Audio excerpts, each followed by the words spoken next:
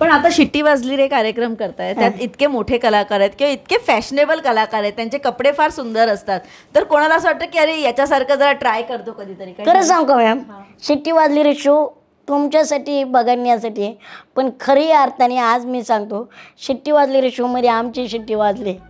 आता तुम्ही विचारताल कसा बाई इतकी शिट्टी वाजली ना आमची. हे बाई काय जात नाही आयुष्यातून तुमच्या. बाईचा नाद अजून आहे. हो नाही बाईचा नाद नाही. हे बाई आयुष्यातून कधी जाणार कधी आम्हाला बाईचा बी नादी आणि ताईचा बी नादी, त्यामुळे कसं आहे आम्ही थोडे नादिक पण आहोत. पण काय माहिती का, आता मुद्दे येतो शिट्टी वाजली रे शो मध्ये आमची का शिट्टी वाजते. एक तर मी सगळ्यात लाडका आहे, तुम्ही आता माझी कंडिशन ऐकलीच असेल. मी एकुलते की कधी किचनमध्ये जाण्याचाच प्रसंग नाही, कधी पाण्याचं तांब भरून कधी बॉटल मी हातात घेतली नाही आणि तिथं डायरेक्ट स्वयंपाक करावा लागतोय.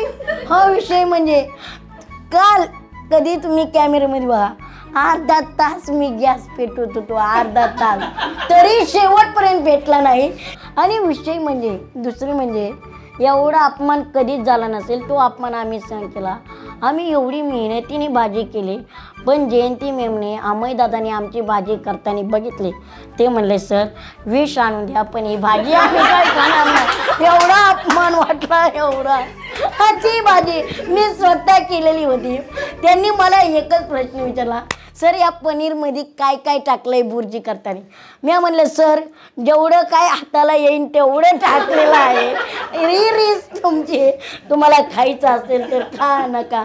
ते म्हणले 2 स्टार आमच्याकडून एक्स्ट्रा घ्या पण आम्हाला काय पनीरची भाजी चारू नका. नाही खाल्ली म्हणजे एवढं चॅलेंज आहे.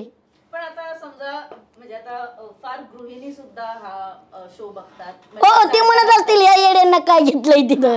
तर मज्जाच्या अड्ड्यावर आता जर एखादी रेसिपी शिकला असाल तुम्ही तर त्याची एखाद्या रेसिपीची एक सांगा की कोणती रेसिपी कशी बनवायची किंवा कोणती डिश.